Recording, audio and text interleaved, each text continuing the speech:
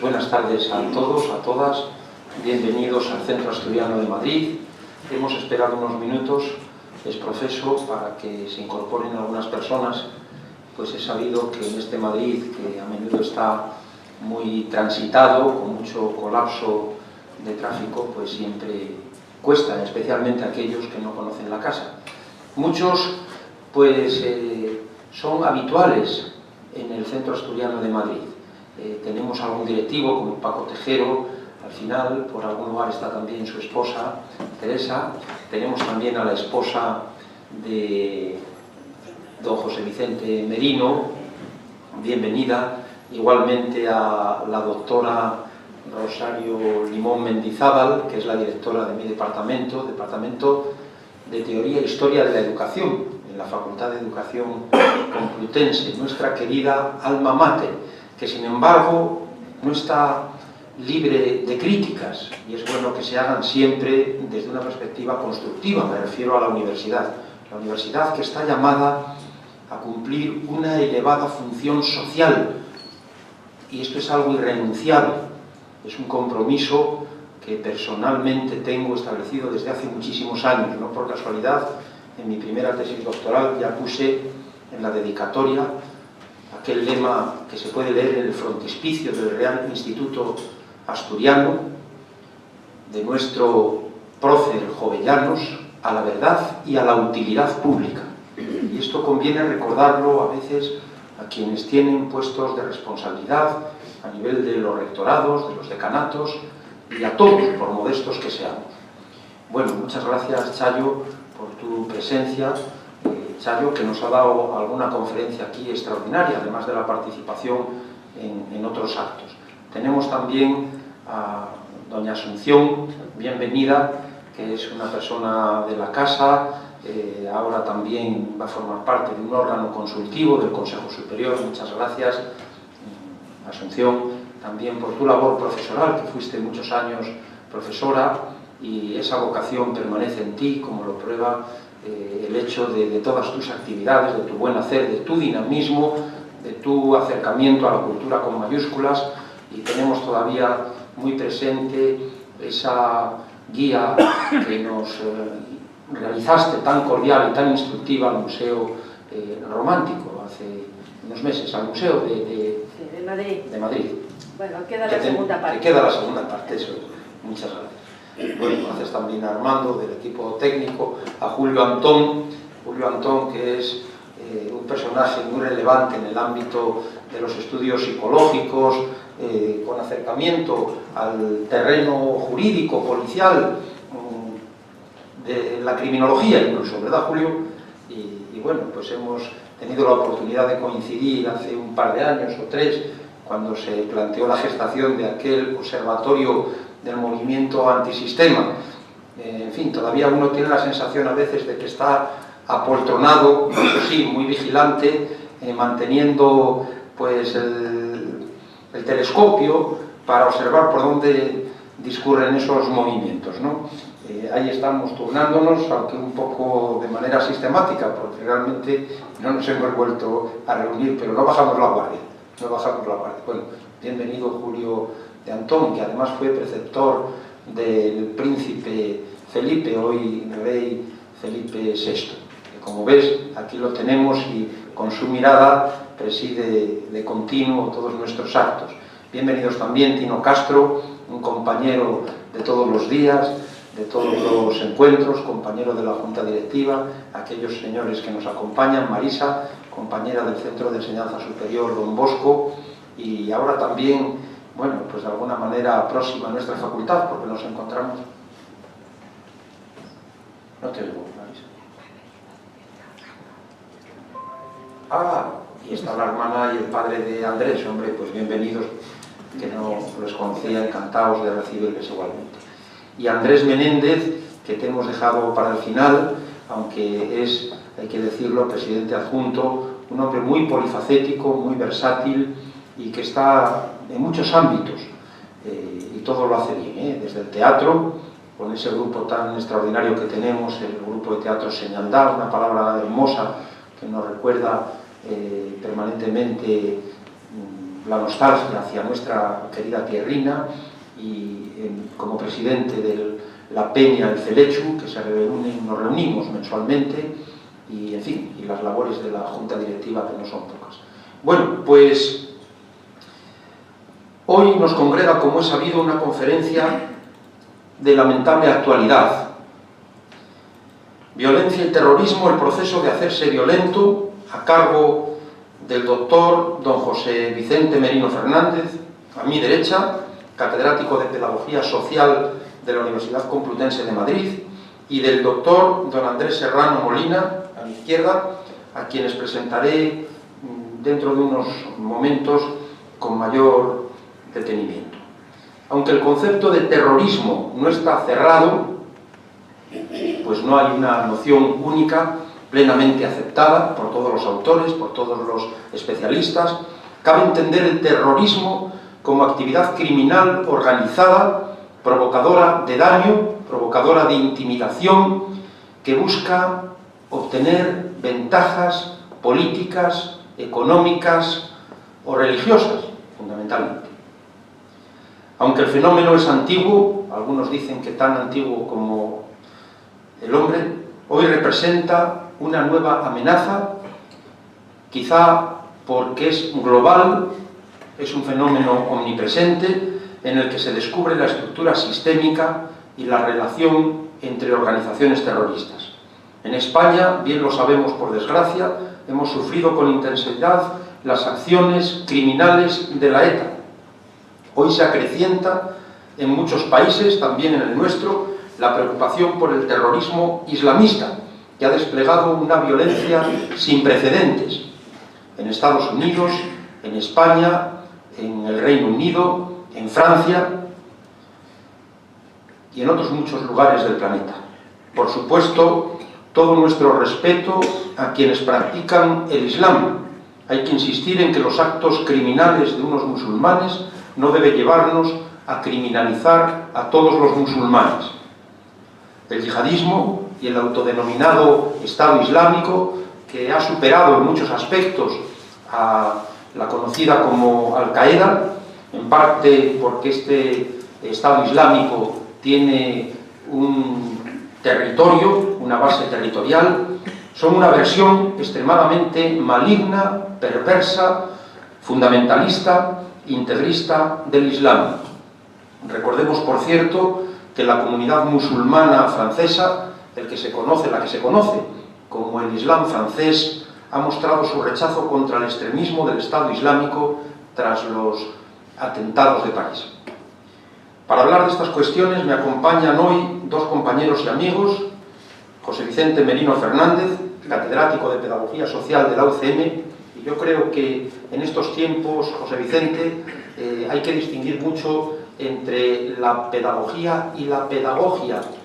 La pedagogia es esa versión educativa que a veces tenemos en nuestras facultades de la demagogia, que cada vez hay una corriente que creo haber identificado. A lo mejor tenemos que hacer un observatorio, Julio, sobre estas cuestiones de la pedagogía. Pero en este caso, quien lo duda, es una genuina pedagogía social.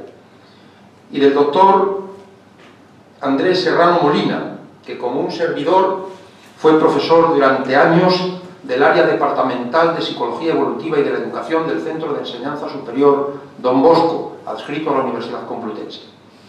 El profesor José Vicente Merino Fernández es catedrático jubilado, como se ha dicho, de Pedagogía Social, fue también director de mi departamento, del Departamento de Teoría e Historia de la Educación, ha sido también docente en secundaria y bachillerato, profesor de adultos, de universidades populares, de escuelas de animación sociocultural, de formación permanente del profesorado, profesor y conferenciante sobre temas varios, animación sociocultural, gerontología educativa y social, menores en dificultad social y un largo etcétera.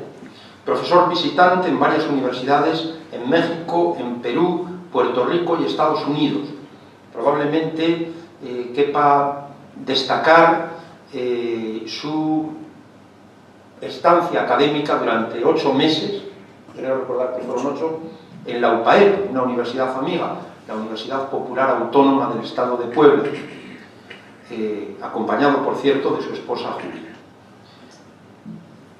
Pues un recuerdo también muy cordial para los amigos poblanos. Subdirector de la revista interuniversitaria Pedagogía Social, pertenece a numerosos comités editoriales y científicos de revistas españolas e internacionales, a más de 50 comisiones científicas de congresos, jornadas y seminarios. Ha participado como conferenciante, panelista o comunicante en más de 100 congresos. Bueno, estos datos es posible que seguro se quedan un poco obsoletos porque los he tomado de la presentación que del compañero José Vicente Merino realicé en esta misma tribuna hace 2 años. Entre sus numerosas publicaciones destacamos el libro Programas de Animación Sociocultural, 3 instrumentos para su diseño y evaluación, de la editorial Narcea, que ya lleva varias ediciones, y el libro La violencia escolar, análisis y propuestas de intervención socioeducativas, publicado en Santiago de Chile, y también en Chile, La educación intercultural, análisis, estrategias y programas de intervención. Quiero recordar ahora, de nuevo, que colaboró en varias ocasiones con este centro asturiano, concretamente en la presentación de algún libro, y también con esa magistral conferencia que impartió en esta misma tribuna el 12 de febrero de 2014, va a ser 2 años, con una conferencia que llevaba por título Nuestros mayores ciudadanos de calidad. En cuanto al profesor Andrés Serrano Molina, es maestro en las especialidades de Ciencias y Educación Especial, diplomado en Logopedia, también licenciado en Filosofía y Ciencias de la Educación y doctor en Ciencias de la Educación, con una larga experiencia docente de casi 30 años en diferentes universidades públicas y privadas de Madrid. Cito especialmente el caso de la Escuela Universitaria Cardenal Cisneros, hoy centro universitario. ¿Sabías que soy un centro universitario? Yo lo vi de casualidad hace unos días, en una hoja que me enviaron de la revista Pulso, que recordarás, un centro, la Escuela Universitaria Cardenal Cisneros, adscrita a la Universidad de Alcalá. Y también estuvo en el Centro de Enseñanza Superior Don Bosco, adscrito a la Universidad Complutense. En ambos centros hemos sido compañeros. Más en mi caso en Don Bosco, porque yo en la Cardenal Cisneros estuve 2 años, tú creo que bastante coincidimos los 2 años, y luego ya en Don Bosco. En estos momentos está dedicado a la investigación antropológica de la violencia y sus consecuencias en el entorno social. Por su relación con la conferencia de hoy, destaco que en su tesis doctoral titulada Narrativa y promoción de resiliencia, factores de riesgo más frecuentes en futuros docentes en formación, abordó ese crucial constructo que es la resiliencia, término procedente de la mecánica que se traslada a nuestro contexto educativo con el significado de capacidad para asumir con flexibilidad situaciones límite, capacidad para encajar también hechos especialmente adversos y hasta de sobreponerse a ellos. La persona resiliente sale fortalecida, no se hunde, no queda bloqueada por estas circunstancias adversas, sino que de alguna manera se sobrepone a las mismas e incluso sale reforzada. Por supuesto, cabe pensar, a la hora de hablar de hechos adversos, también de ataques terroristas. Muchas gracias, José Vicente, muchas gracias, Andrés, muchas gracias a todos por su presencia y sin más, de acuerdo al protocolo establecido, tiene la palabra el profesor José Vicente Merino Fernández. Muchas gracias.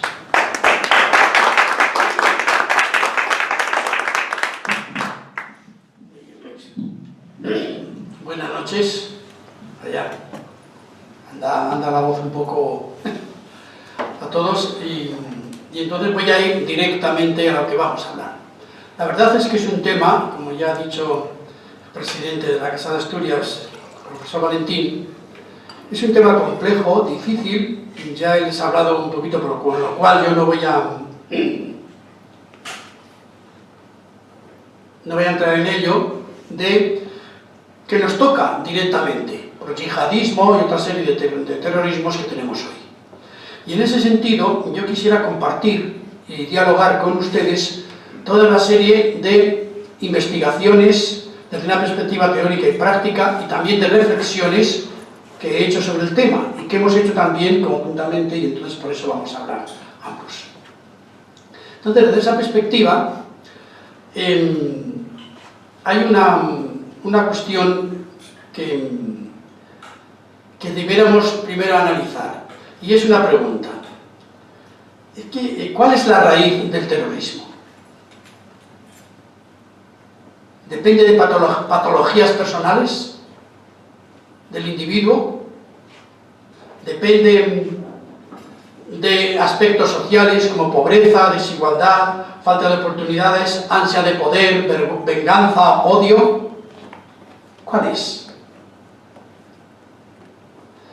Y ahí es donde, de alguna manera, tendremos que ir. ¿Es algo aprendido, el terrorismo y el comportamiento violento, o es algo que nos viene heredado? Son cuestiones a las que trataré de responder un poco. Entonces, para ello, tenemos que centrarnos primero en analizar tres comportamientos principales distintos. El primero es la agresividad. La agresividad es una cuestión que es un comportamiento, es algo, una tendencia, algo que todos tenemos.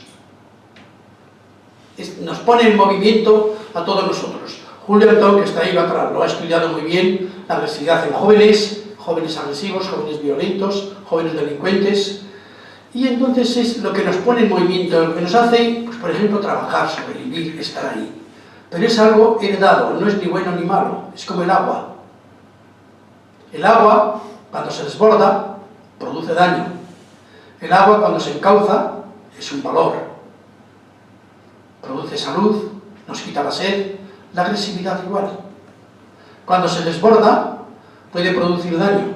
Cuando está encauzada, se convierte en un potencial para trabajar, en un potencial para autocontrolarse, en un potencial para desarrollarse, para hablar incluso con los demás, en un potencial para defender ideas, en un potencial para defender toda una serie de cuestiones que nos interesan.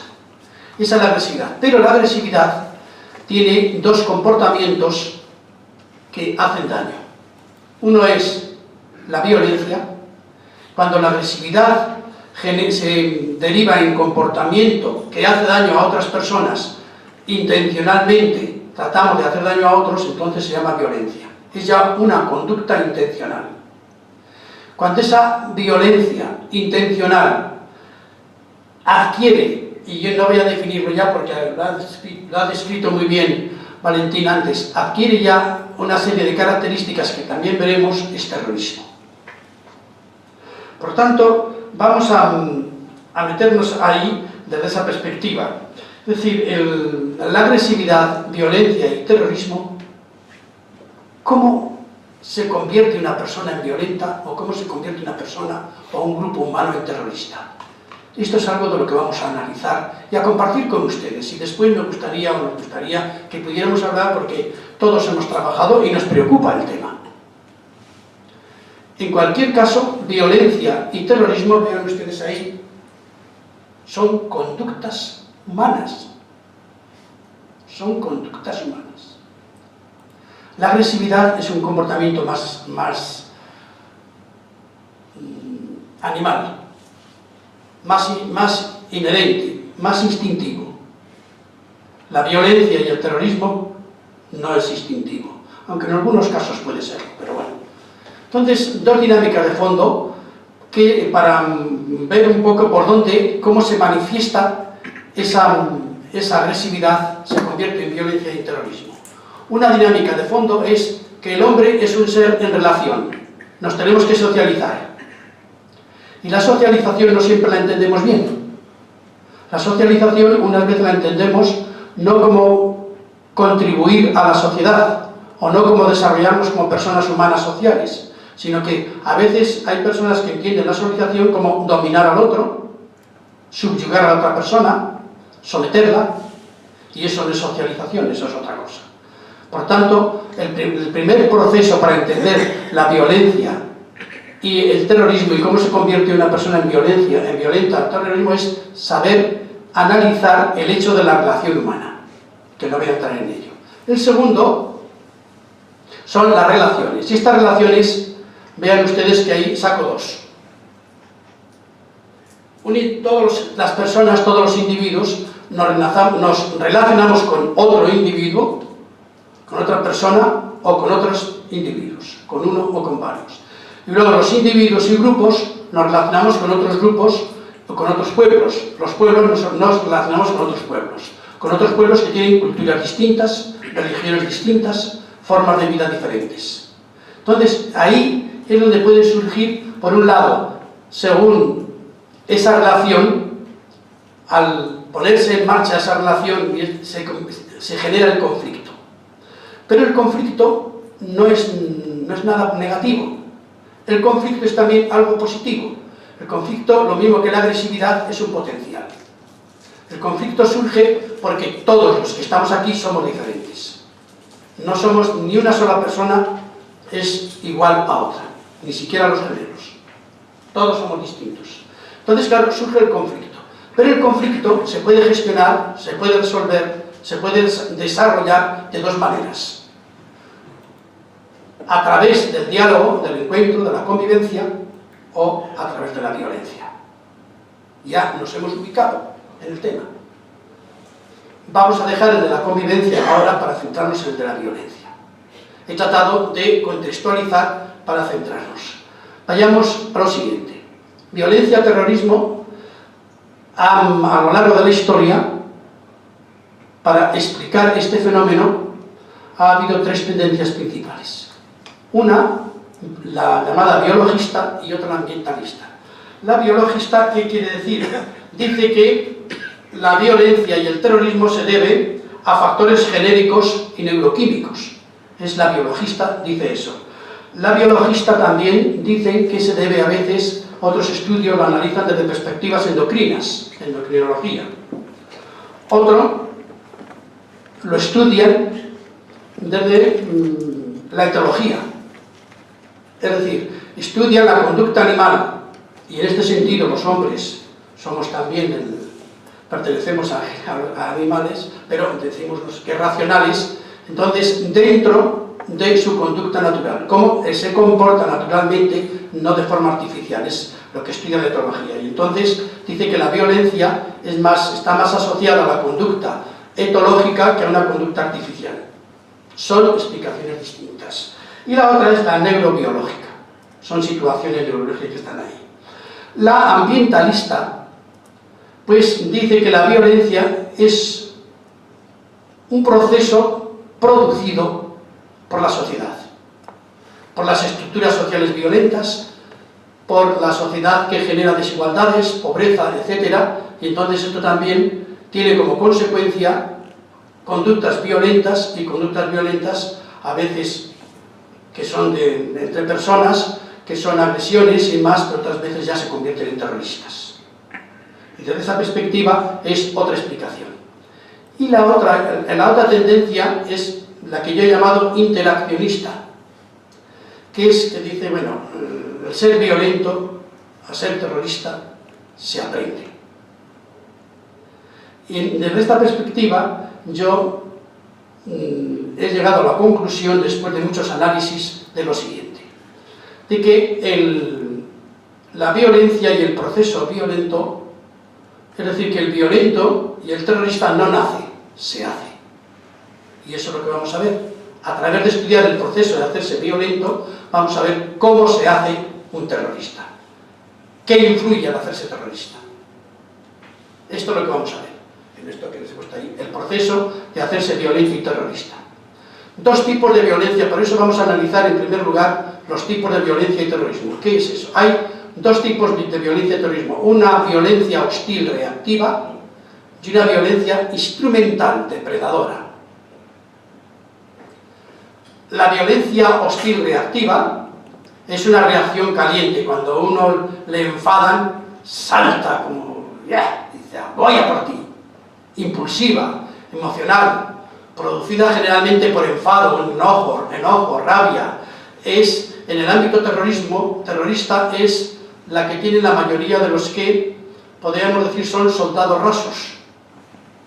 Son los que ejecutan las acciones terroristas, que a veces suelen ser menos, suelen ser más impulsivos, suelen ser los que piensan menos, suelen ser los que... Sin embargo, la instrumental depredadora es una violencia y un terrorismo planificado, frío, calculador, despiadado, con odio. Es generalmente, ahora mismo hace unos días estuve presidiendo una tesis doctoral que la hicieron sobre la descripción de los rasgos de personalidad neuropsicológicos en excombatientes de conflicto armado colombiano. Y entonces en esa tesis demostraba, porque estudió a través de una serie de estudios, de cuestionarios y de test que aplicó a exparamilitares y a exguerrilleros, llegó a la conclusión de lo siguiente, que los jefes, tanto de los paramilitares como de los guerrilleros, tenían una violencia planificada, fría, calculada, despiadada. Sin embargo, los que estaban con los fusiles, etcétera y demás, generalmente eran impulsivos, eran agricultores, trabajadores, y decían, bueno, ¿y cómo se han convertido en un agricultor que estaba por allí, por las sierras colombianas? Una persona religiosa, otro, que son personas incluso buenas, y que estaban en el campo, y el otro, y de repente se convierten en terroristas, y son capaces de coger una motosierra. Cuando leías las cosas te ponían los pelos de punta, y descuartizar a sus propios padres o a sus hermanos. Se convertían en terrorismo. Sin embargo, porque eran manejados por otros, los de la violencia instrumental, la llamada instrumental depredadora. Entonces, a la hora de analizar cómo se convierte en un terrorista, hay que ver las dos perspectivas: la perspectiva de la personalidad y la perspectiva de la situación en la que se encuentra. Ambas cosas. Y los objetivos a los que van. Generalmente, la hostil reactiva, en caliente, impulsiva, etc., no suelen ser muy intencionales ni tienen unos objetivos muy claros. Los objetivos se los marcan los de la depredadora, los jefes, los que lo calculan. Entonces, en ese sentido, es por lo que les estaba diciendo yo y pensaba decir, bueno, esto, ¿hasta dónde se puede llegar ahí? Vamos a ver ahora, ya, para entenderlo después ya, vamos a ver las dos variables que les he dicho, la variable de la persona y la variable del contexto. Y así vamos analizando poco a poco unas diferentes situaciones que están ahí. En primer lugar, la variable centrada en la persona. Se la pongo todas seguidas para que lo vean. Los estudios que se han hecho de por qué una persona se convierte en terrorista, lo que más abunda en todos los estudios que yo he visto, centrado en la persona, es la desconexión moral. Un terrorista, siempre, esto lo ha estudiado mucho Bandura, su juicio moral es un juicio preconceptual, es un juicio primitivo, es un juicio que siempre piensa en el otro, lo que le digan otros. Desconecta moralmente. Vamos a analizarlo después más detenidamente todo esto. Y esa desconexión moral, unida sobre todo a la afiliación, a una afiliación ideológica que conlleva al que tiene esa desconexión moral, no tiene un criterio moral correcto, saber lo que es bueno y lo que es malo, sino lo que es bueno y lo que es malo se lo dicen. Cuando además esa desconexión moral se une con una identidad ideológica, una afiliación ideológica, automáticamente legitima su acto violento. Y al legitimar su acto violento, además de legitimarlo, de verdugo se considera a sí mismo que es víctima.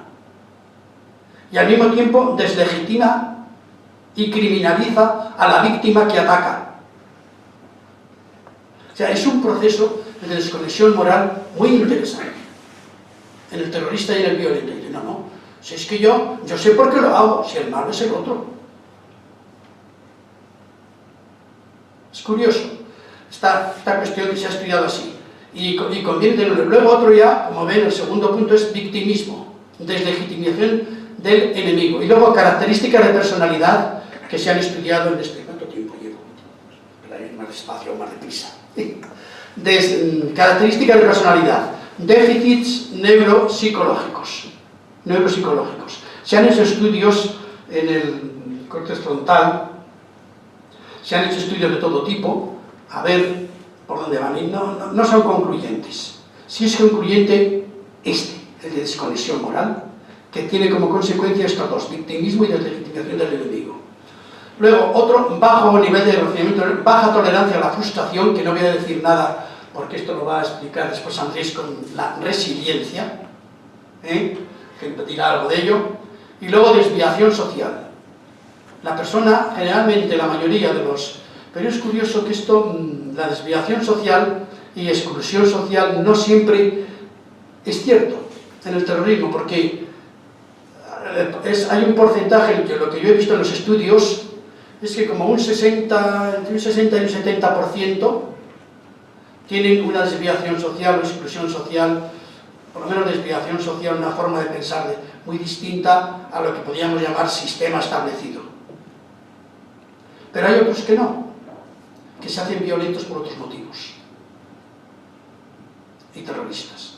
Entonces, sobre esto, todos los estudios que se han hecho se centran fundamentalmente en estos 4 puntos. Desconexión moral, victimismo, deslegitimación del enemigo y características de personalidad, los déficits neuropsicológicos. Unidos, vamos a ver el contexto. Hay en primer lugar, dentro del contexto, problemas que hacen que se vaya hacia el terrorismo. Pobrezas, desigualdades, ambición excesiva de poder. Vean que aquí he puesto 2, veanlo aquí en el A, pobreza y desigualdades, y el otro, ambición excesiva de poder. Pobreza, desigualdades, falta de oportunidades, y entonces, hoy, pues, por ejemplo, muchos jóvenes dicen, bueno, ¿cómo jóvenes europeos se unen al yihadismo? Unos por esto, pero resulta que otros estaban trabajando bien. No era por falta de oportunidades. Entonces, habrá que ver si había algún otro de estos problemas. O el de desconexión moral, unido a identificarse ideológicamente o religiosamente con una situación determinada. Es decir, que como ha dicho Valentín antes, no está definido lo que es terrorismo, pero las causas por las que alguien se hace terrorista tampoco a veces son muy claras. Porque vemos, puede decir, hombre, que gente, personas que no tienen pobreza ni desigualdad, ni tienen ambiciones excesivas de poder, se unen a grupos terroristas teniendo un buen puesto de trabajo, son excepciones. Pues es posible, pero se dan, y habrá que estudiar el porqué. Luego, factores socioeducativos. Esto es importante tenerlo en cuenta porque sí que han demostrado que los terroristas y personas violentas en la juventud de mayores son niños que han sido educados con un perfeccionismo, niños caprichosos, niños y también niños que han sido educados en un laissez-faire, laissez-passer, que hagan lo que quieran. Niños que dicen, pobrecito, no le digas nunca que no, que se va a frustrar. Entonces, claro, la vida tiene muchas frustraciones. Y ahí, pues, como una vacuna te crea anticuerpos, pues también pequeñas frustraciones te van haciendo fuerte ante la vida. Entonces, esas que en psicología hay lo de la pedagogía, vamos, que en psicología, en pedagogía y en psicología se dice, no, al niño hay que dejarlo hacer lo que quiera, no hay que quitarle ningún gusto, no hay que tratar. Es totalmente equivocado. Totalmente equivocado. Hombre, no hay que... Es la armonía entre ambas cosas, la armonía. Y luego factores ideológicos, que también son muchos como uno de los factores del terrorismo. Uso político de la ideología unido a la desconexión moral. Este es el factor. Yo me he leído muchísimo. He estado en debates eternos sobre esto y esto es el que más abunda.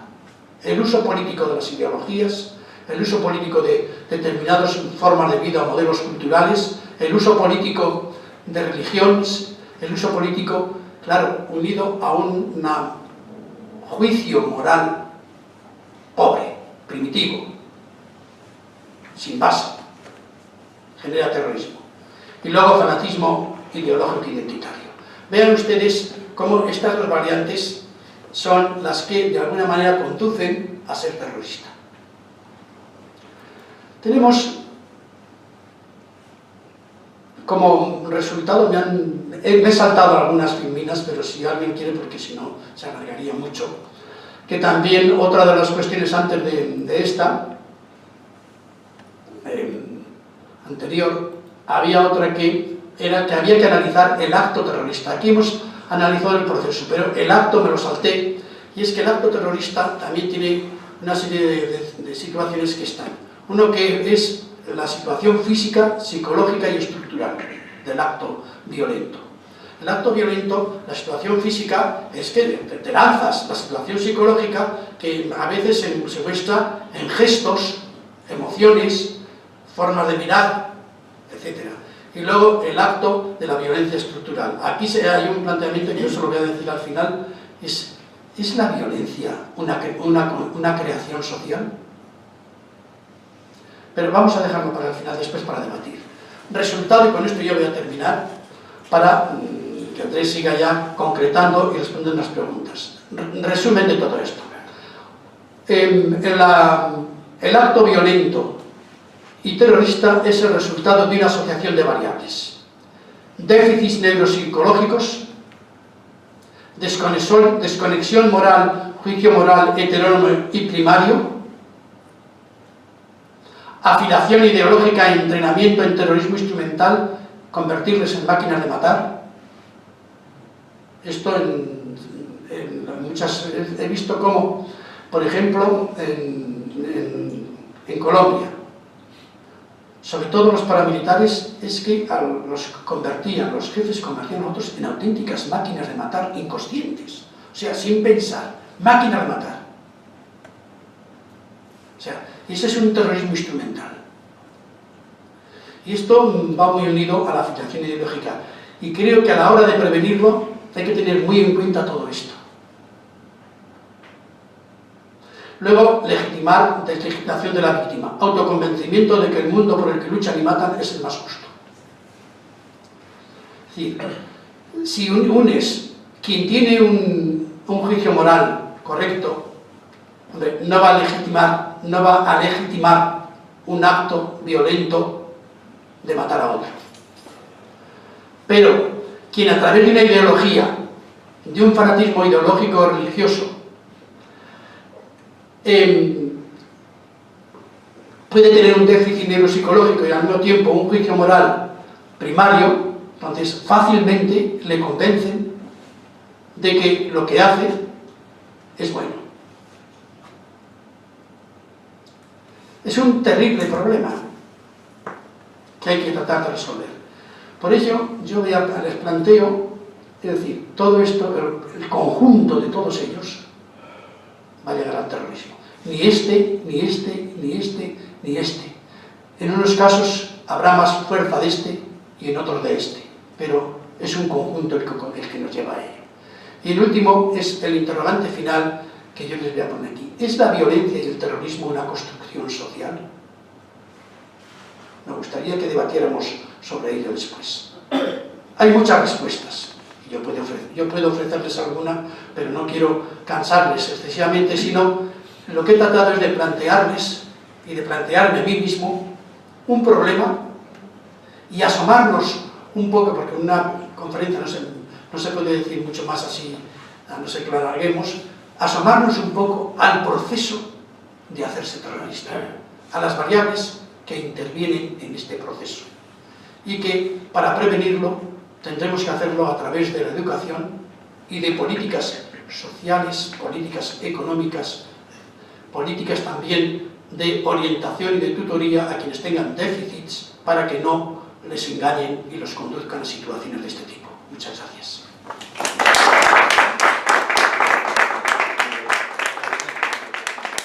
Ahora ya pasa aquí Andrés, que nos va a concretar aspectos. Y ya si les parece, pues vamos, no sé si alguna pregunta, pero a lo mejor al final, ¿no? Mejor. Sí. Dice el presidente que es quien manda, que mejor al final. Hola, buenas tardes. Yo voy a hablaros cómo un caso concreto, o sea, cómo una persona llega a hacerse terrorista. Entonces, en concreto, voy a moverme en unos parámetros que es de la teoría del odio de Sternberg. Y entonces, vamos a ir, o hemos ido cogiendo datos y los vamos a intentar ir acoplando a esta teoría de Sternberg. La doble teoría de Sternberg, por una parte, nos dice que el odio tiene tres componentes. Entonces iremos analizando el componente de intimidad, de pasión, bueno, negación de intimidad, con pasión y compromiso, con ejemplos concretos de un caso que hemos ido cogiendo de ATA, y luego lo vamos a ir relacionando desde la narrativa, bien la narrativa que nos habla el mismo terrorista o personas próximas a él que nos han ido diciendo cosas de él. Entonces, en esta doble teoría, pues nos vamos a mover en estos parámetros todo el tiempo. Por una parte, voy a empezar en un primer momento a hablar un poco desde la biografía, desde un poco de la propia narrativa del terrorista, y luego desde los parámetros de negación de intimidad, pasión y compromiso. Soy consciente que hay muchas cosas, a lo mejor a todas no llego, pero si no, en algún momento, como la narrativa va un poco agregando un poco a toda la teoría de odio, pues a lo mejor si hay alguna cosa no, esto nos la saltamos y pasamos a las conclusiones finales, porque va a ser difícil poder hablar de todo. Entonces, desde la teoría del odio, la negación de intimidad, pues un poco lo que intenta es separarte de ese objeto al que odias. Entonces intentas pues deshumanizarlo, intentas un poco alejarte de él, y es un proceso lento, es un proceso largo, no es de un día para otro. Entonces vamos a ir viendo cómo nuestro terrorista, desde supuestamente una persona relativamente normal, que llega a hacer hasta incluso arquitectura, y cómo poco a poco se va haciendo cada vez más radical, y hasta incluso en los comentarios que la gente va aportando de él, pues vamos viendo que en un principio lo consideran educado, lo consideran y finalmente ya son todo pues un poco despreciándole, considerándolo un mal vecino, etcétera, etcétera. Y así en el resto. No me entretengo mucho en la teoría porque quiero un poco, datos que hemos sacado de periódicos y demás, ir un poco desarrollando todo este proceso, ¿vale? El marco teórico que un poco hemos ido haciendo es un análisis, por una parte, de la experiencia, y por otra parte lo que intentamos es descubrir las motivaciones para llegar a sacrificarse el mismo, ¿vale? Entonces, desde esta sigo un poco porque es un poco apoyándose. Las cuestiones que nos preguntamos son las siguientes: ¿por qué alguien con posibilidades de tener una vida larga, un buen trabajo, una familia, toma parte en un ataque como este? Exactamente voy a hablar del 11S, de las Torres Gemelas, y sacrifica su vida para cometer un asesinato en masa tan brutal, ¿vale?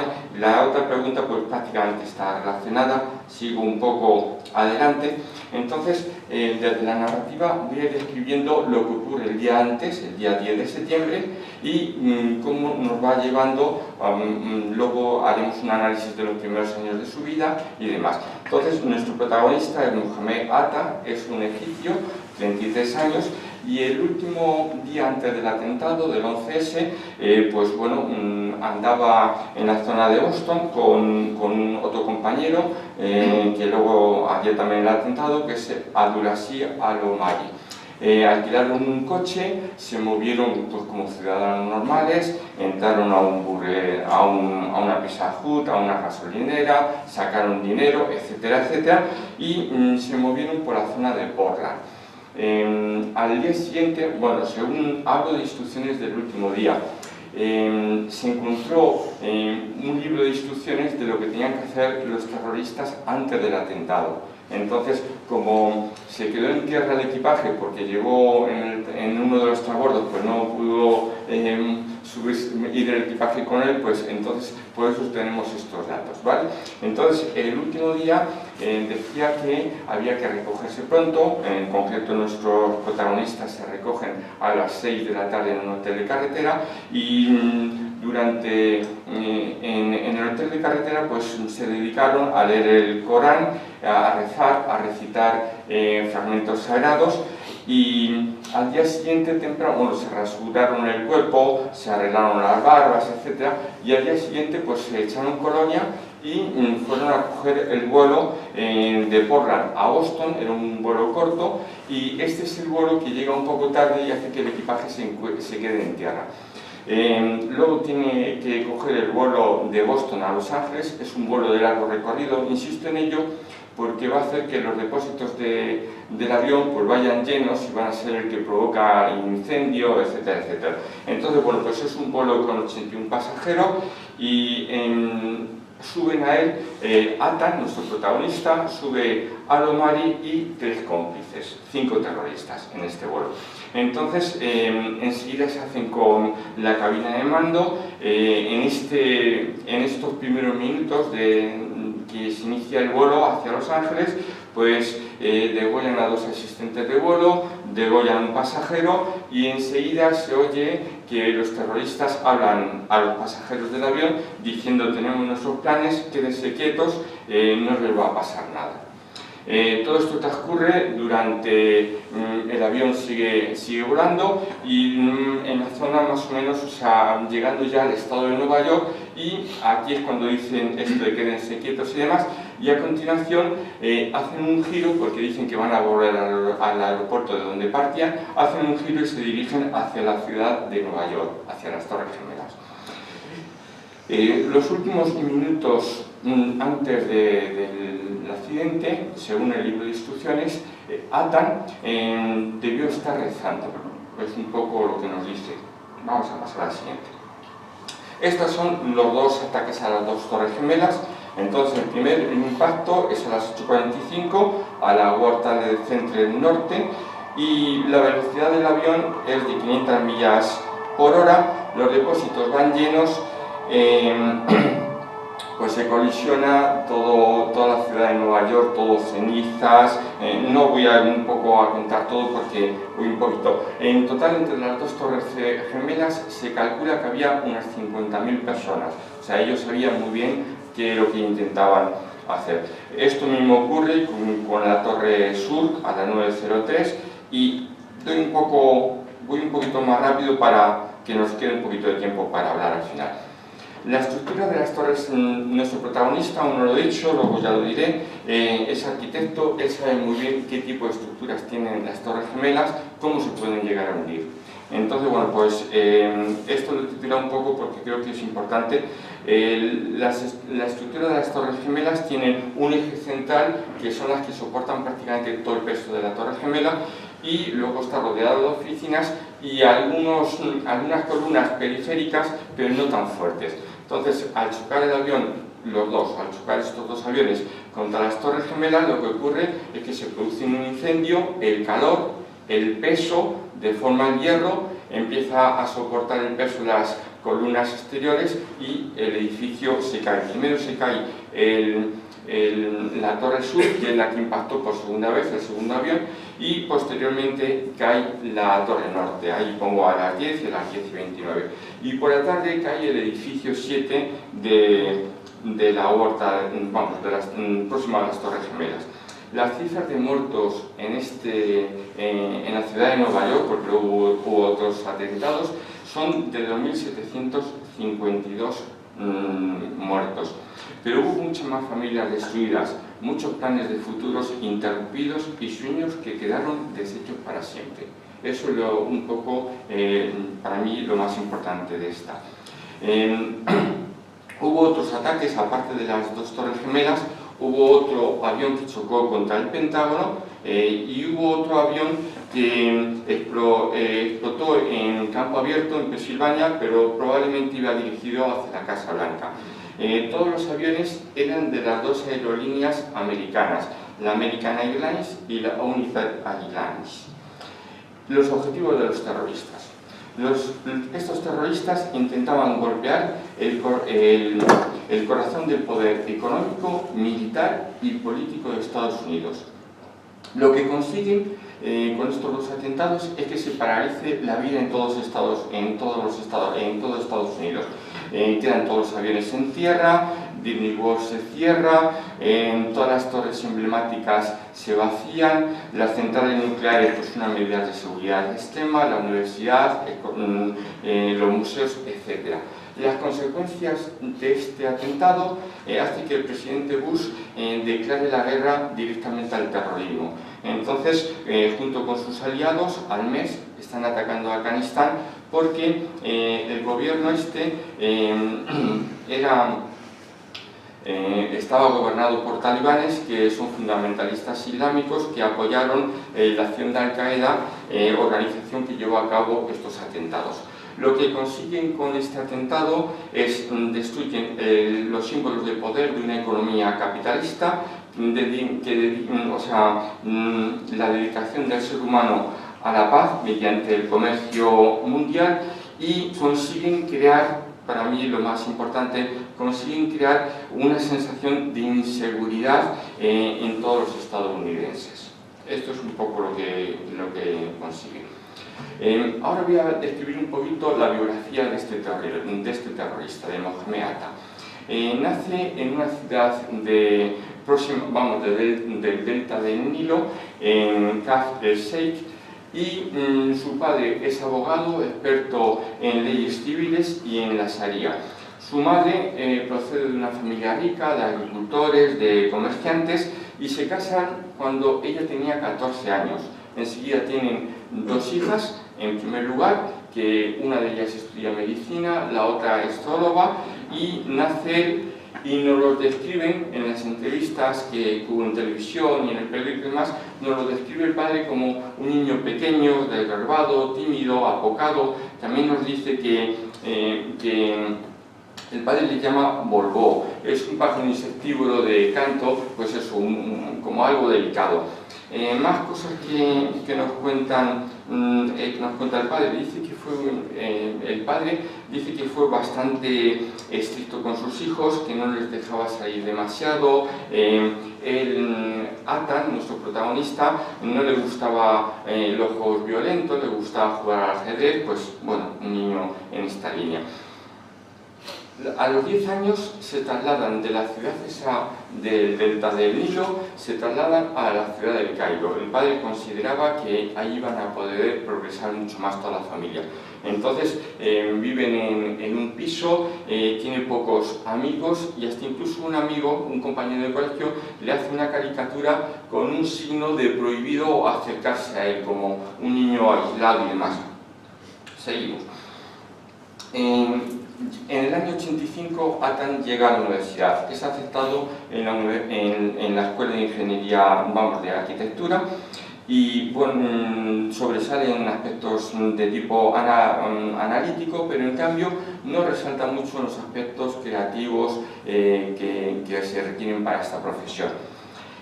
Termina la formación en arquitectura y ya en el último año se entra al sindicato de ingenieros, que este sindicato de ingenieros está respaldado por los hermanos musulmanes.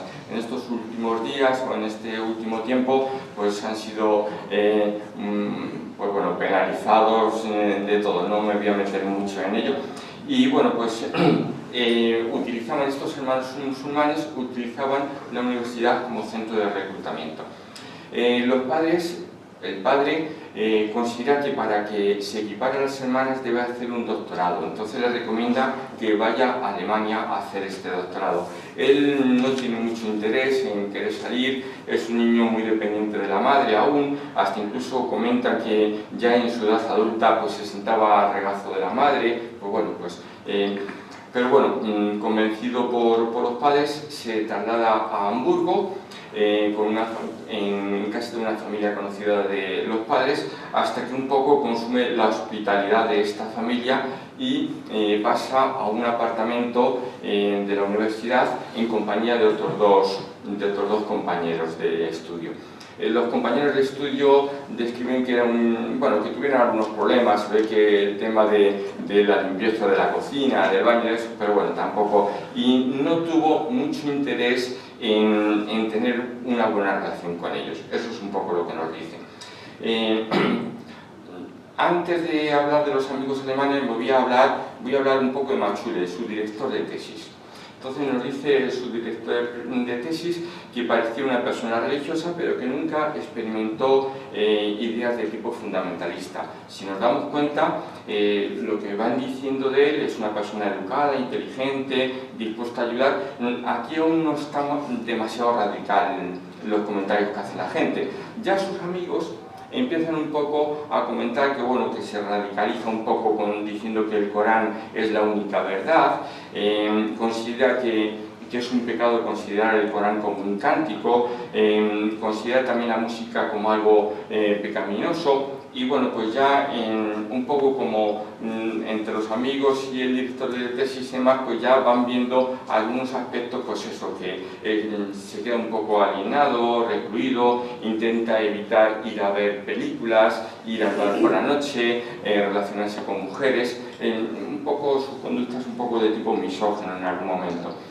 Vamos a ver el doctorado. Se matricula en Hamburgo, como hemos dicho, en un curso de doctorado sobre planificación urbanística o algo así, y él decide hacer, bueno, él ya un poco empieza a radicalizarse porque cuando termina la carrera sus padres se trasladan a un piso, un rascacielos de estos del Cairo, y eso se ve que no lo llevó nada bien. Aquí empieza a radicalizarse con respecto a la occidentalización de los países árabes y de las ciudades.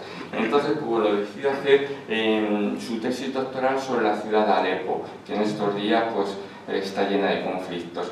Y entonces, bueno, pues se traslada a esta ciudad y con otros compañeros, y bueno, pues elige esta ciudad. Aquí conoce a una chica palestina, Amal, y parece que tanto él como ella pues que tienen ciertos intereses románticos, aunque cuando la va conociendo más, esta chica palestina es muy segura de sí misma, es atractiva y demás, y esto él lo ve como una objeción. O sea, cuando llega al hotel dice a sus compañeros que la ve un poco demasiado emancipada. Son sus comentarios. El ayudante del director de tesis, Chris Lawem, pues esta profesora es la que supervisa un poco la tesis, la que va un poco diciéndole las correcciones y demás, y tiene una buena relación hasta que poco a poco también en esa negación de intimidad no va queriendo tener cuentas con ellas. En el último capítulo de la tesis ya no se lo da a corregir a ella, y cuando defiende la tesis se niega a que esta persona le felicite. También por otra parte, he puesto aquí que en esta época no aceptaba las interacciones que los occidentales tenemos de pareja, de ver personas besándose en la calle y demás. Aquí vemos también un poco que se va radicalizando. Hemos puesto aquí un poco todos los viajes que va teniendo este sujeto. El primer viaje así llamativo es el de la Meca, en el año 95, y es llamativo porque, bueno, es una de las obligaciones que debe tener un musulmán, y cuando vuelve de la Meca, al año aproximadamente, hace un testamento ya en el año 95, el atentado fue en el 2001, pues ya a lo mejor él iba pensando que podía en algún momento. Y bueno, en este testamento lo más llamativo es que prohíbe asistir a las mujeres a su funeral. En el año, a finales del 97 y el 98, alrededor de unos 10 meses, desaparece de Alemania. Él alude de que por razones familiares está en Egipto, al parecer no estuvo en Egipto y debió estar en algún grupo de entrenamiento de Al-Qaeda en Afganistán. No dijo nada a nadie, a sus compañeros, tampoco cuando fue a la Meca tampoco se lo comunicó a nadie. Es llamativo como cosas que pueden ser a lo mejor importantes, pues no las comenta. Cuando viene de Afganistán, algo llamativo, anteriormente había estado viviendo en un apartamento con unos compañeros de universidad, pasa a vivir a un piso prácticamente sin muebles, prácticamente vacío, con bastantes personas, con bastantes hombres de Oriente Medio, que van, que vienen, y después y en este periodo empieza a dar clase de religión en dos mezquitas, una turca y la otra de hombres orientales. En la turca enseguida se queda sin clientela. Digo sin clientela porque los alumnos dicen que es muy exigente, que es muy estricto y casi tiene que dejarlo. Pero la otra consigue tener un grupo de rezo de unas 40 personas. Aquí se supone que fue donde fue conociendo a los 19 terroristas que luego intervinieron en todos los atentados de las Torres Gemelas, el Pentágono y demás. También dedica mucho tiempo en esta época a realizar su trabajo doctoral y en el 99, otra de las cosas que nos llama la atención es el último viaje que hace ya a Egipto. Va a Egipto y aquí su padre había pactado un matrimonio de conveniencia con una chica, conoce a esta chica, conoce a los padres, a todo el mundo le parece bien y más o menos se llega a... Yo creo que no lo dicen muy claramente, pero medio hacer ya un poco la boda o quedan comprometidos, no sé exactamente por qué no lo dicen.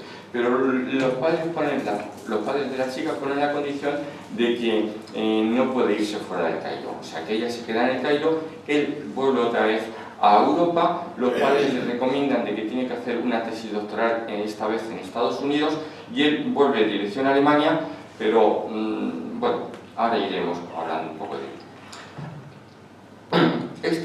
Una vez que vuelve a Alemania, con otros amigos, viaja a Afganistán. Aquí se supone que tuvo contacto con Bin Laden y cuando vuelve de Afganistán, para no dejar un rastro, pues fingen de haber perdido el pasaporte, él y sus amigos, o que se lo han robado o algo así, y entonces pues así.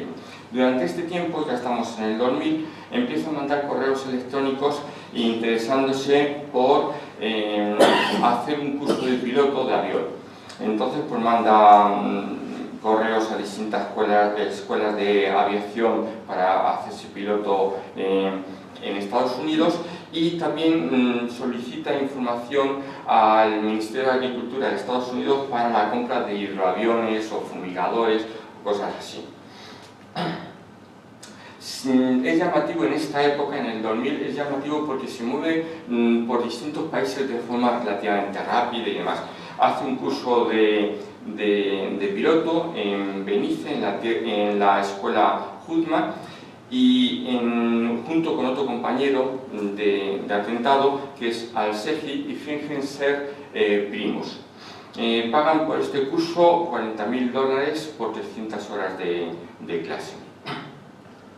En esta época, en Estados Unidos, conoce a otra mujer, Amanda, que le denuncia porque dice que la golpea, también tiene alguna denuncia porque mata a los gatos que tiene esta mujer porque se ha encontrado con otro hombre. Y bueno, pues en esta época ya los comentarios de sus vecinos ya se ha ido radicalizando bastante. O sea, sus vecinos, sus conocidos, dicen que era poco agradable vivir cerca de él, que era poco amistoso, que era grosero, hasta incluso los profesores de vuelo dicen que era muy arriesgado en su forma de volar.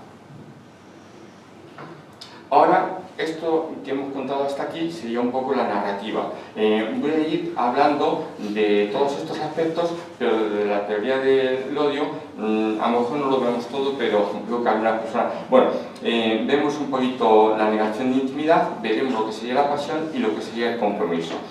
Desde la negación de intimidad, pues bueno, la negación de intimidad supone rechazar al otro, repulsa y consiguientemente lo que se hace es deshumanizar a la otra persona, a la víctima. Él, en esta situación de negación de intimidad, cuando rechaza también, ya lo hemos visto cuando está haciendo lo del estudio de arquitectura y demás, rechaza el que su familia en esa época se había trasladado a vivir a un rascacielos y eso él no lo acepta. Porque dice que las ciudades occidentales pues, estaban destruyendo las tradiciones árabes, que estaban destruyendo pues, un poco toda esa herencia que tenemos. Y que además el mero hecho de hundir ciudades para hacer calles más anchas y demás, decían que se estaba un poco, que la sostenibilidad de la ciudad pues que no se podía conseguir porque estaban desplazando a la gente a los lugares donde los llevaban a vivir, la gente no tenía posibilidades laborales, etcétera, etcétera. Luego, este modo de vida occidental vemos también que se radicaliza, como hemos ido viendo anteriormente, con respecto a la vida o a la interacción de los hombres y las mujeres, la incapacidad de respetar su cultura, también es otro de los aspectos que él dice, que hay un exceso de imperialismo, y un poco, desde el punto de vista ya desde la víctima, pues se intenta un poco deshumanizar a las víctimas. Por eso, antes del atentado, él, en las recomendaciones del manual este que se encontró en su valija, dice que hay que rezar. Entonces, estos rezos, por una parte, lo que permite es que se hagan guerreros, y sabemos desde su religión que el que muere en guerra pues van directamente a ese paraíso. Entonces, recomienda, en este libro, recomienda que lean dos partes del Corán, que sería la sura de los trofeos y la sura del arrepentimiento. En la primera, lo que intenta es equiparar el atentado de las Torres Gemelas con lo que ocurrió en los primeros días de la expansión del Islam, que sería la guerra de Badr. Y luego la segunda, pues un poco, una vez que se ha decidido no volverse, no echarse para atrás. ¿Vale? Paso a lo siguiente, porque vamos un poquito. Desde la pasión, la pasión se va a manifestar bien con huida o bien a través de furia si pensamos que somos capaces de enfrentarnos al enemigo. Entonces, él considera desde que el capitalismo pues, está un poco haciendo que se pierda lo importante de su cultura. Por otra parte, dice que la ONU es totalmente anti-islámica.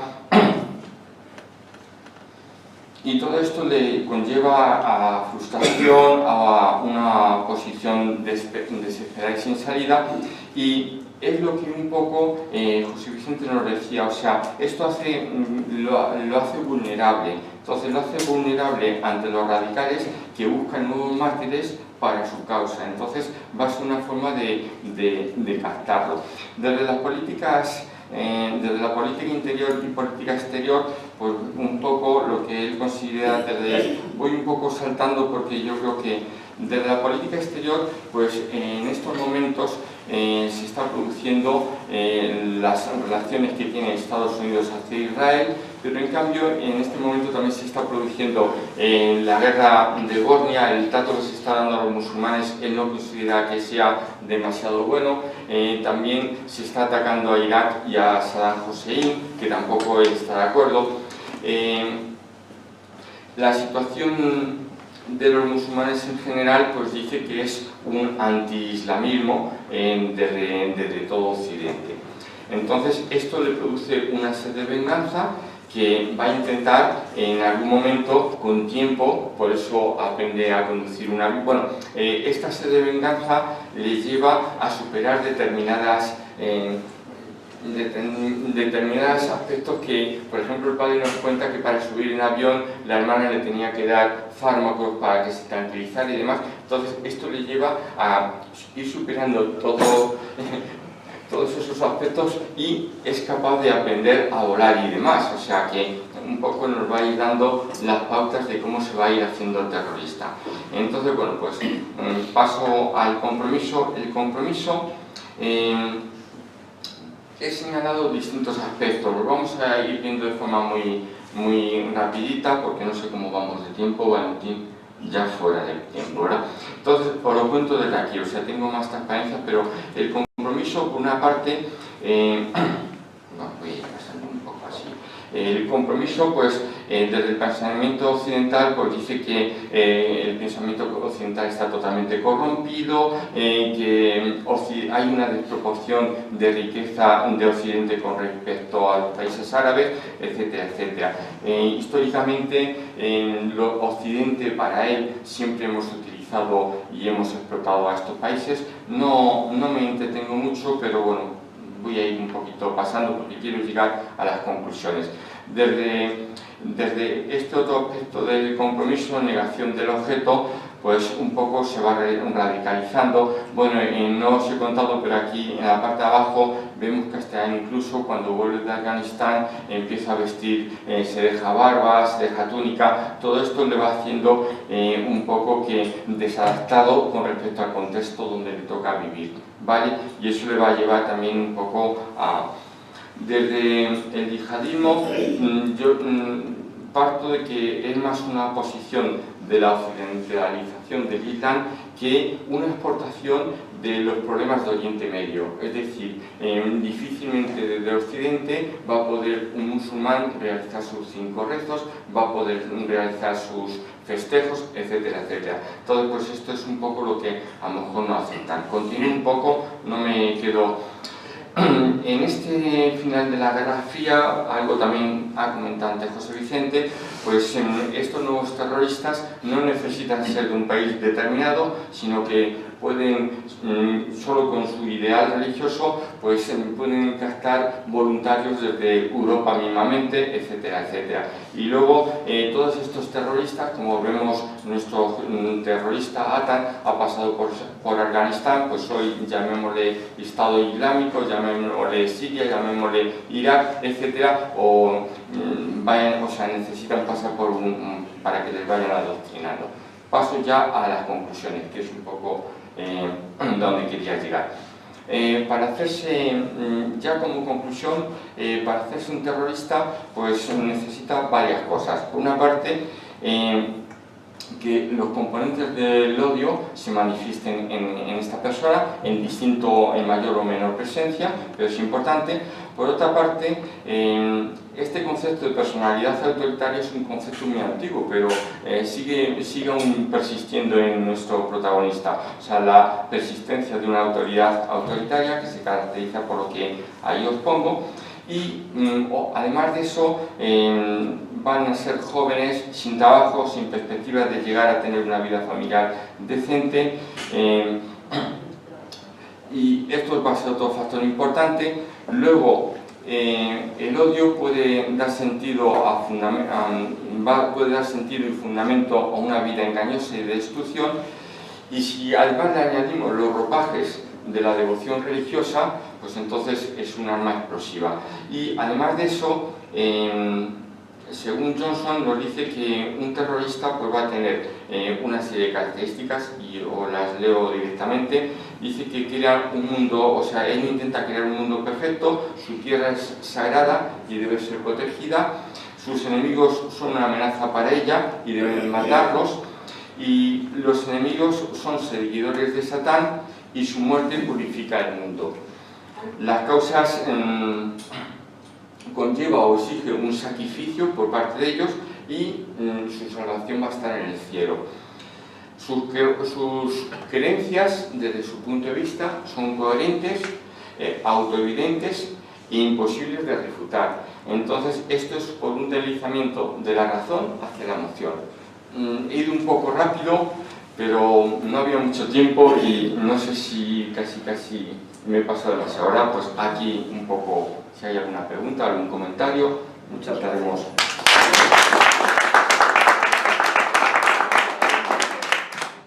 Bueno, pues muchas gracias a los dos. Es verdad que, claro, ha habido dos intervenciones muy interesantes, de mucha profundidad, cada uno con su estilo, pero se ha complementado muy bien.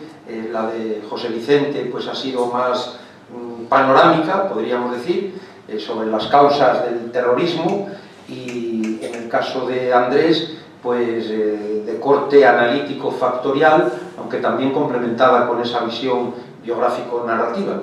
De manera que muy bien, y ahora tienen la palabra los presentes. Por favor, si alguien quiere realizar alguna pregunta, algún comentario, pues con mucho gusto. Es una oportunidad áurea para escuchar a los expertos ponentes. Sobre terrorismo nadie quiere hablar. Que nadie quiere hablar de terrorismo. Claro. Adelante, Andrés. Andrés tiene una... Bueno, yo por supuesto no voy a entrar a discutirlo porque Sí, yo soy un profano, no. Porque es algo abierto, Simplemente es muy abierto. una opinión que entre, o sea, agresividad y violencia puede ser una cosa innata en la persona. La agresividad mal conducida puede degenerar en violencia. El terrorismo ya es otra cosa. El terrorismo, sí, por supuesto, eso yo creo que viene de fuera y es personas de, bueno, de carácter a lo mejor maleable, y nunca mejor empleada la palabra mal, que les van llevando por caminos que a lo mejor nunca habían pensado. Fruto de esto, a lo mejor también, pues, las situaciones económicas, de marginación, de falta de oportunidades, y un poco alimentadas por esos expertos, les llevan a lo que es en sí el terrorismo. Ahora, vuelvo, entre agresividad y violencia no hay una pequeña como continuidad. La violencia no puede ser una agresividad mal conducida, mal... Sí, sin duda. Es decir que creo que si ustedes se han dado cuenta cuando lo planteamos, dije, bueno, yo doy un marco teórico y después vemos si eso se cumple en un caso. Y ustedes han visto que en aspectos en que se cumplía y en aspectos no se cumplía. Es decir, lo que dicen las investigaciones, al analizar el caso, vemos algunas veces sí y otras veces no es tan acertado lo que han dicho los estudios. Claro, puede ser un caso único, pero... Entonces, si hay una continuidad entre agresividad y violencia, la hay, por supuesto. El problema está en que la agresividad es algo inherente, es más instintiva, es un potencial. Y ese potencial agresivo, de alguna manera tenemos que encauzarlo. Claro, si no tuviéramos agresividad, un poco de agresividad, de potencial, pues seríamos unas personas, el mundo no funcionaría. Las personas no estaríamos quietas, seríamos pasivas, no crearíamos, no haríamos nada.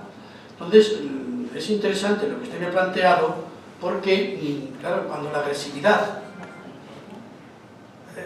siempre la vamos a manifestar de alguna manera, ese potencial. Pero claro, ese potencial puede ir hacia aspectos de estudiar, aspectos de trabajar, aspectos de hacer algo por los demás, a conductas de tipo solidarias, a conductas pues, de irse de misionero, de irse de médico a una situación que está ahí, o de ir a crear edificios, lo que fuere. Es decir, la agresividad como potencial es lo que nos hace funcionar, de alguna manera, con otras cosas, no únicamente eso.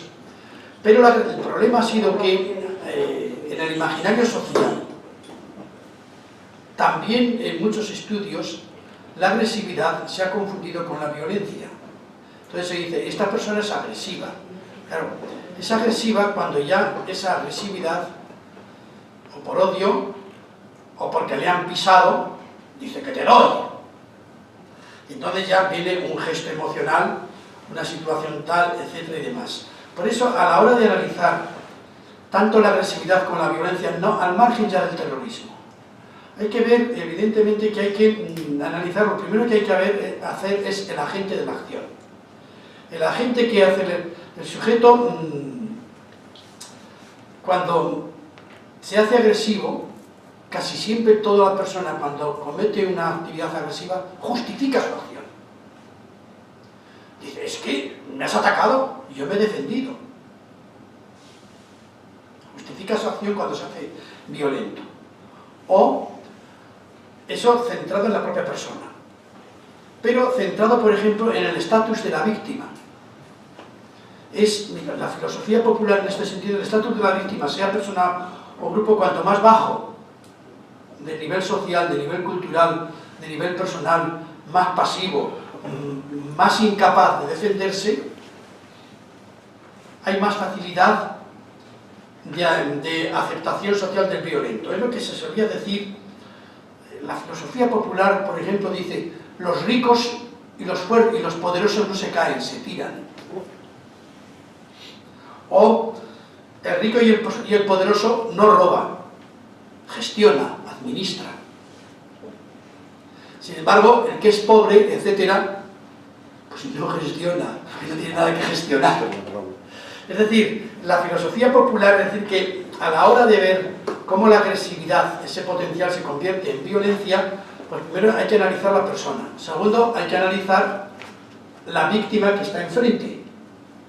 Tercero, la situación en la que se enmarca el acto.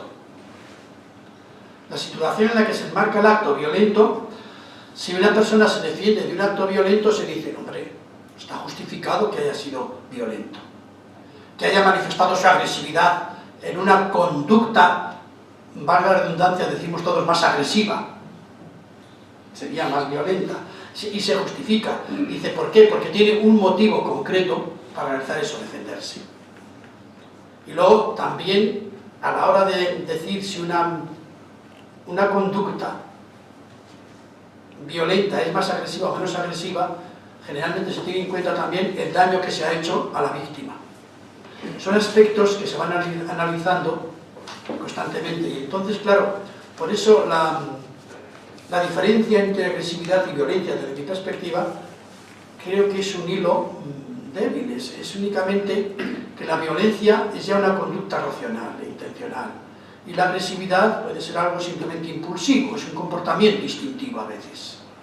No sé, son reflexiones que usted me ha desencadenado en mí. No, bueno, era de la descripción de la trayectoria de tal ata del sujeto ese. Es asombroso el odio tan enorme que tenía que tener contra Occidente para una persona que teme volar, que le tienen que medicar para volar, se haga piloto, yo creo que con la única finalidad de cometer esa atrocidad. ¿Eso hace un atentado? Es así. O sea, desde los tres factores del odio, de la teoría de Steinberg, el compromiso es el que le hace pues, superar esos males que tiene, porque el padre nos cuenta de que vomitaba, de que tenía temblores, de que lo pasaba fatal, hasta incluso hacerse piloto. O sea, y además algo premeditado, porque el accidente es en el 2001 y previamente pues él empieza a dirigir su aprendizaje de volar en avión, porque llega a coger el avión, el Boeing 767, y llega a conducirlo él, y él es el que lo estrella contra la torre norte. Es así. Y además una persona arquitecto que con todas las posibilidades laborales, de todo, y decide matarse a muy corta edad, a 33 años, parece que era, 32. Una matización sobre esto. Es curioso darse cuenta cómo a veces, por ejemplo, este aspecto contradice lo que las numerosas investigaciones han dicho en la diferencia entre la violencia instintiva, pasional, emotiva, abierta, que es el que suele cometer los actos, y el que los planifica. Y en este caso se han unido las dos. ¿Por qué? Posiblemente porque además su formación le haría tener posiblemente un criterio moral posiblemente correcto. Pero claro, si vas analizando todo el proceso te das cuenta de que se ha ido poco a poco haciéndose vulnerable a otra serie de cosas. Entonces, pero se han unido las dos cuestiones ahí, lo han planificado. Es decir, que habrá que replantear los estudios, digo yo. Probablemente, sí, ya te damos la palabra, pero contesto un segundito. Probablemente este sujeto, este hombre, si no hubiera salido de Egipto, yo creo que no se hubiera radicalizado tanto como todo el proceso ese de occidentalización, todas las cosas que son diferentes con respecto a su cultura, y entonces en ese proceso de adaptación encuentra su religiosidad y consiguientemente se va radicalizando desde su religión. O sea, probablemente si no hubiera ido a Alemania, yo creo que hubiera ejercido y hubiera vivido toda la vida en Egipto sin hacer el atentado. Yo estoy convencido de eso, no sé. Sí, perdón, un momentito. Yo creo que también es explicable lo que acontece con este sujeto y otros muchos por lo que se conoce como la fanatización. Sí. El término, la etimología es muy curiosa, aunque no solo hay fanáticos religiosos, fanum significa templo, aquí hay una absorción, hay una absolutización de la personalidad del sujeto que queda de alguna manera captada sin ningún tipo de raciocinio para ese tipo de religión extremista, integrista, fundamentalista. Y en relación a la diferencia entre agresividad y violencia, en la línea con lo que dice el profesor José Vicente Merino, tradicionalmente se ha distinguido entre una agresividad, vamos a decir, positiva, benigna, que nos lleva a superar obstáculos, que nos hace... Hoy se aproximaría quizá al concepto de la asertividad, en cierto modo va en esa línea, y una agresividad maligna, extremadamente perversa, que sería la violencia. Incluso podríamos también buscar, como se ha hecho desde los estudios de la violencia y la agresividad, dos arquetipos bíblicos para ilustrar esa agresividad benigna y la agresividad maligna, que en su forma extrema decimos que es la violencia. Serían, respectivamente, en el caso de la benigna y la maligna, Moisés y Caín. La agresividad moiseíta quedaría encarnada por Moisés, capaz de conducir a un pueblo y de superar todas las dificultades. Y estaba muy bien lo que comentaba José Vicente, porque realmente hoy debemos canalizarla, conducirla hacia el trabajo, hacia el deporte, hacia la lucha positiva en la medida en que la haya, esto es muy controvertido, hacia el estudio, en el caso de nuestros alumnos, tienen que poner todo su empeño. Y la agresividad maligna es la cainita, la agresividad que lleva a matar al semejante, a semejanza de Caín. Bueno, gracias, por favor. ¿Quién había levantado la mano? Usted, Julio de Antón, y luego la señora, por favor. Julio de Antón. Vamos a ver, yo tengo muy claro el concepto de agresividad y violencia en la medida, y siendo muy... Eduardo, si es tan amable, le pasa el micrófono. Por favor, porque no... Sí, llega. Gracias.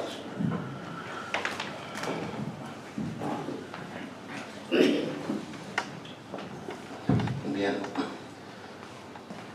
Reitero que yo tengo la clara idea de que los conceptos de agresividad y violencia son completamente distintos. La agresividad es propia al hombre y al conjunto de los animales, es decir, es algo que se asume, es decir, y esa agresividad tiene unos topes, tanto en los animales como en el hombre. Pero la violencia es un fenómeno que no está en la estructura del ser humano, sino que es un concepto sociocultural, es decir, que es dado a las personas, es decir, no todos los hombres, o sea, todos los hombres pueden ser agresivos, pero no todos los hombres son violentos. Consecuentemente, el violento, por definición, viene dado porque está dentro de un contexto cultural y, por supuesto, es de una inteligencia y de unas habilidades cognitivas, sociales, superiores al resto. De ahí, como dice el profesor Serrano, que este Ata fuera un hombre que seguía una corriente, arquitectura, universidad, etcétera, etcétera. Yo, digamos, mantengo la idea de que la violencia es una supraestructura de un individuo o de un grupo de individuos. Consecuentemente, eso me lleva a explicar los nacionalismos, en el sentido claro de la palabra, que son violentos. La propia Iglesia, en su propia historia, ha sido violenta. Ahora, el grupo de Podemos, en su parte, digamos, es violento. Y hay otras estructuras, digamos, sociales que son violentas. Yo, digamos, cuando dirigía el Observatorio de los Antisistemas, inauguramos una corriente que es el estudio de los indignados, es decir, esos señores que se juntaban en las plazas, ¿no? Entonces, yo quiero aportar aquí una idea en el sentido de que la violencia, y además me la he encontrado muy cerca por mi acción vital, es decir, yo he trabajado mucho en la delincuencia juvenil, y la delincuencia juvenil no es violenta, es agresiva, mientras que la gente de ETA, la gente del Grapo y la gente del FRAC eran violentos. Y entonces esto es lo que yo quería decir, y perdonen, digamos, digamos, por... Muchas gracias. Casi, por favor, la señora, que va a ser la última intervención, aparte de las de la mesa. Si es tan amable, Eduardo, al fondo. No sé si llegará, si no, acérquese o... Bueno, yo creo que me oyen Sí, perfectamente. adelante. Eduardo. Yo pienso que en relación a esto, que llego tan tarde que no puedo decir nada, realmente los terroristas lo que hacen es un bien por encima, que es por lo que ellos persiguen.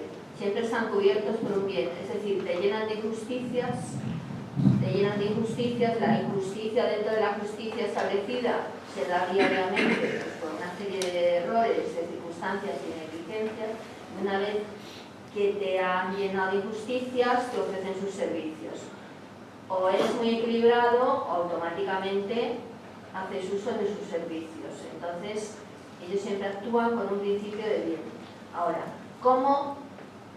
A ver si alguien de la mesa me puede decir tres características para dibujar un perfil y saber cuando estás delante de un terrorista. ¿Qué tres características? Porque esa gente suelen ser devotísimos de algún Cristo, suelen ser... O sea, es que verdaderamente no es nada fácil saber que tú estás delante de un terrorista. Como usted ha dicho, es que llegó al final exactamente, ya estaba en las últimas palabras el profesor Serrano, pero muchas más de tres son las pinceladas que han ofrecido, de manera que es casi repetir la conferencia y nosotros le animamos a que la siga a través del vídeo que lo vamos a colgar dentro de unos días. Perdone, porque es que es lo que han expuesto a lo largo de toda la conferencia. Pues si de una forma muy sintética podría decir tres características de un terrorista. Tres. Venga, tres como síntesis y ya cerramos y luego la discusión pasa a un ámbito más informal. Como síntesis es muy difícil, pero no obstante voy a tratar de hacerlo, porque ya dije al principio que es un problema tanto considerado en un individuo, como se ha visto después en el caso que has puesto, Andrés, como en los estudios que hay. Pero como síntesis podríamos poner una característica que suele ser común, que es que puede haber un déficit psíquico, biológico, etcétera, pero puede no haberlo. En un porcentaje muy alto de los terroristas analizados hay que existe algún problema neurológico, algún problema endocrino, algún problema, por ejemplo, que toman sustancias, drogas, etcétera y demás, y todo los hace vulnerables. Es decir, una característica puede ir por esa línea. Ahora, ¿cómo la conoces? Claro, entonces me dice, entonces a todo el que tiene malas pintas o que veo tal, voy a decir que es un terrorista. No, es que a veces no tiene por qué ser, porque, por ejemplo, otra es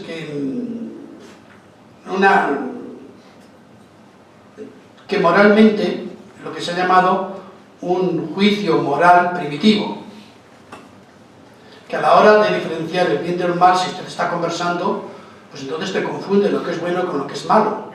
Y puede estar pensando no es que sea un terrorista, sino que es vulnerable y puede ser utilizado para ser terrorista. Que tratar de resumirse en tres características es sumamente difícil.